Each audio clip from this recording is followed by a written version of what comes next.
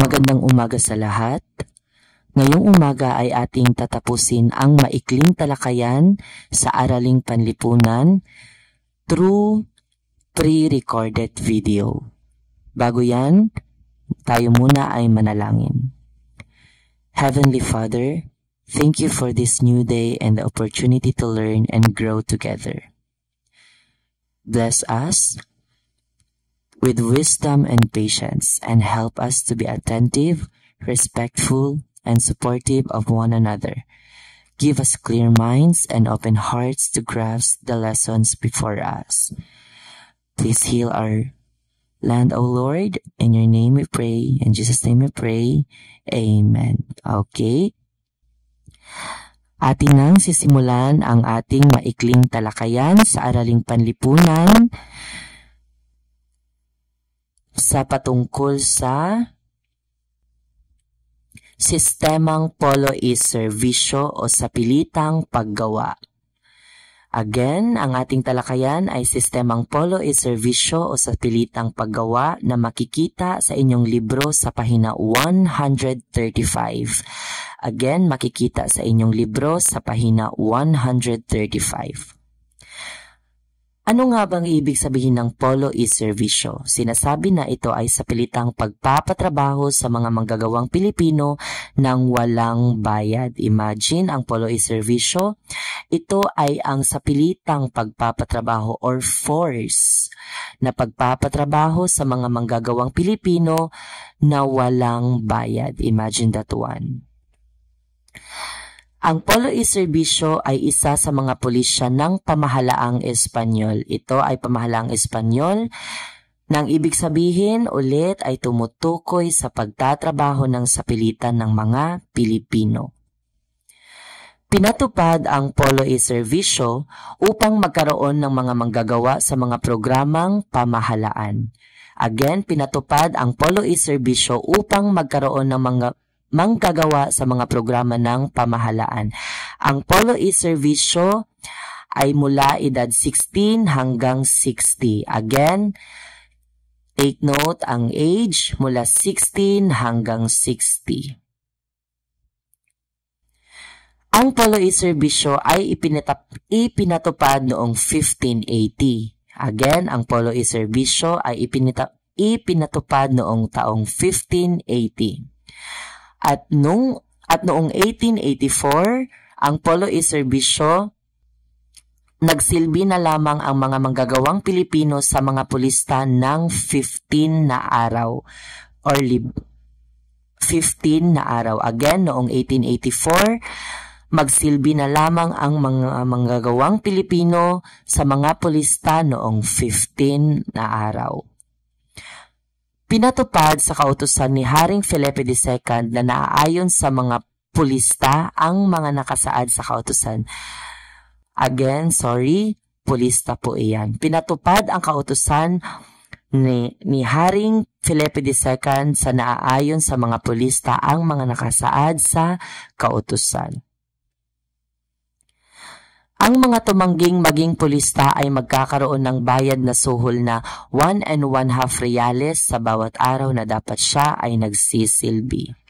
Again, kung sino man ang tumangging maging pulista noon ay magkakaroon ng bayad na suhol na 1 1/2 reales sa bawat araw na dapat siya ay nagsisilbi.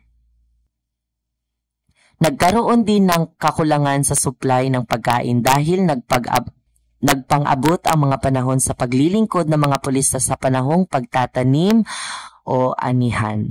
Again, pinatupad ang polo is serbisyo dahil na rin sa makatipid ang pamahalang Espanya sa mga gastos sa pagpapagawa ng mga proyekto tulad ng mga kalsada, tulay, gusali, simbahan, paaralan, at gusaling pampamahalaan. Again, ang polo is serbisyo ay ipinatupad upang makatipid ang pamahalaang Espanya sa mga gastos sa mga proyekto tulad ng kalsada, tulay, gusali, simbahan, at paaralan, at gusaling pampamahalaan. Dahil na rin sa polo serbisyo, maraming naging epekto ito sa manggagawang Pilipino. Una na ang nagkaroon ng focus sa sariling hanap buhay ang mga tao. Pangalawa, nahiwalay sila sa kanilang mga pamilya. Pangatlo, nagkaroon ng maraming bilang ng mga gusali at pampublikong lugar. Pang-apat, naging ugat ng pagkakaroon ng pag-aalsa. At panghuli ay nagkaroon ng mababang pagtingin sa mga trabahador. Okay? Sa page 136 naman, ating pag-uusapan ang tatlong epekto ng mga patakarang pangkabuhayan. Una na dito ang Real Sociedad Económica de Amigos del País. Again, una ang Real Sociedad Económica de Amigos del País na itinatag noong 1781 sa pamumuno ni Jose Basco. Again, ang Real Sociedad Económica de Amigos del País ay itinatag noong taong 1781 sa pamumuno ni Jose Basco. Ang ibig sabihin nito ay binubuo ng mga propisyal at negosyanteng may layuning pataasin ang produksyong agrikultura at industriya. From the word ekonomika, layunin na pataasin ang produksyong agrikultura at industriya. Again, from the word ekonomika, layuning pataasin ang produksyong agrikultura at industriya. Dahil layunin nila na pataasin ang produksyong agrikultura at industriya, naging abuso ito sa ating likas na yaman ng kapuluan at naging daan upang maabuso ang mga manggagawang Pilipino na nagdulot ng kanilang pag-aaklas noong panahon ng kolonyalismo. Imagine, ang Pilipinas ay masyadong mayaman sa ating likas na yaman. Pero dahil layunin nilang pataasin ang produksyon o ekonomika ng agrikultura at industriya, naging abuso ito sa ating likas na yaman. Ang pangalawang epekto ay ang Real Compañía de Filipinas na itinatag noong 1785 sa pamumuno ni Haring Carlos III. Again, ang Real Compañía de Filipinas ay itinatag noong taong 1785 sa pamumuno ni Haring Carlos III. Ang layunin naman nito ay palakasin at paunlarin ang kalakalan sa pagitan ng Espanya at Pilipinas. Nagkaroon ng pribilehiyong ang Real Compañía na tuwirang makipagkalakalan sa ibang bansang Asyano tulad ng China at India na tumagal ng 25 na taon. Again, dahil nagkaroon ng Real Compañía de Filipinas, kabilang ang China at India sa kalakalan sa pagitan ng Espanya at Pilipinas na tumagal mula 25 na taon. Dadako tayo sa huling patakaran, ang epekto ang Obras Pias na itinatag ng mga praile. Again, ang Obras Pias ay itinatag ng mga praile. Ito daw ang kauna-unahang institusyon sa pananalapi ng Pilipinas. Again, ang Obras Pias ang kauna-unahang institusyon sa pananalapi ng Pilipinas. Ang pinamahalaan ng mga samahang panrelihiyon ay tinatawag na Confradia. Noon sa Obras Pias, mayroon ng mga namamahala at ang tawag sa samahang panrelihiyon na yon ay Confradia.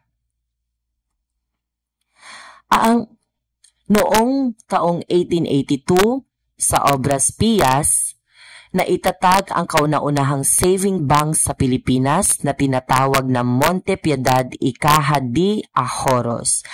Again, noong taong 1882 na itatag ang kauna-unahang saving bank sa Pilipinas na tinatawag na Monte Piedad y Caja de Ahorros. Sumunod naman ang Bangko Espanyol Filipino de Isabel II noong 1885 sa pamumuno ni Gobernador General Antonio Orbis Tondo. Noong 1882, ang Monte Piedad y Caja de Ahorros ang kauna-unahang saving bank sa Pilipinas na sumunod ang Bangko Espanyol Filipino de Isabel II na itinatag ni Gobernador General Antonio Orbis Tondo noong taong 1885. Okay. Ngayon, bukod sa mga itinatag ng mga grupo upang lalong palakasin ang patakarang pangkabuhayan sa Pilipinas, naging daan ang pagbubukas ng daungan sa Maynila upang maganap ang kalakalang pandaigdigan. Again, pumunta na tayo sa kalakalang pandaigdigan. Nagkaroon ng kauna-unahang tulay na itinayo sa pagitan ng Quiapo at Arroceros na ang tulay na yon ay mas kilala ngayon bilang Quezon Bridge. Again, ang kauna-unahang tulay ay matatagpuan sa Quiapo at Arroceros na mas kilala ngayon bilang Quezon Bridge. Sumunod rin na itinayo ang Jones Bridge na madaraanan patungong Divisoria. Ito ang kanilang naging daan kaya naging sentro ng kalakalan ang eskolta sa Maynila noong panahon ng kolonyalismo.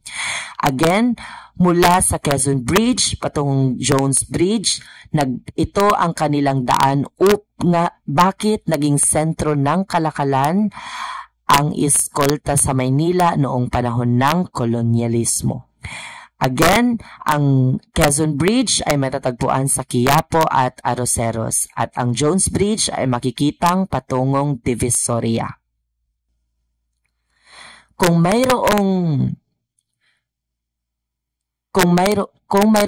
pangkalakalang pandaigdigan, narito naman ang industriya ng komunikasyon. Narito ang pagkasunod-sunod.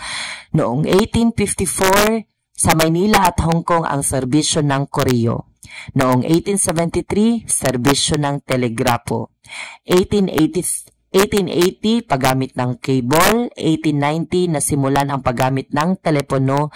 1893, nagkaroon ng supply ng kuryente sa kumpanyang La Electricista de Manila.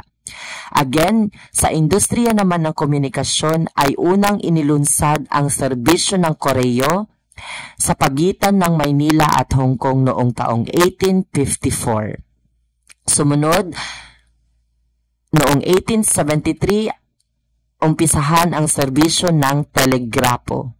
Naging daan naman ng magkaroon ng ugnayan ang Pilipinas at iba pang mga bansa sa paggamit ng cable noong 1880. Nagsimula ang serbisyo ng telepono sa Maynila noong 1890. Habang nagkaroon naman ng supply ng kuryente noong 1893 dahil sa kumpanyang La Electricista de Manila. Again, basta 1854, sa Maynila at Hong Kong ang serbisyo ng koreo. Serbisyo ng telegrapo noong 1873, ang paggamit ng cable 1880, nasimulan ang paggamit ng telepono noong 1890 at nagkaroon ng supply ng kuryente noong 1893 sa kumpanyang La Electricista de Manila.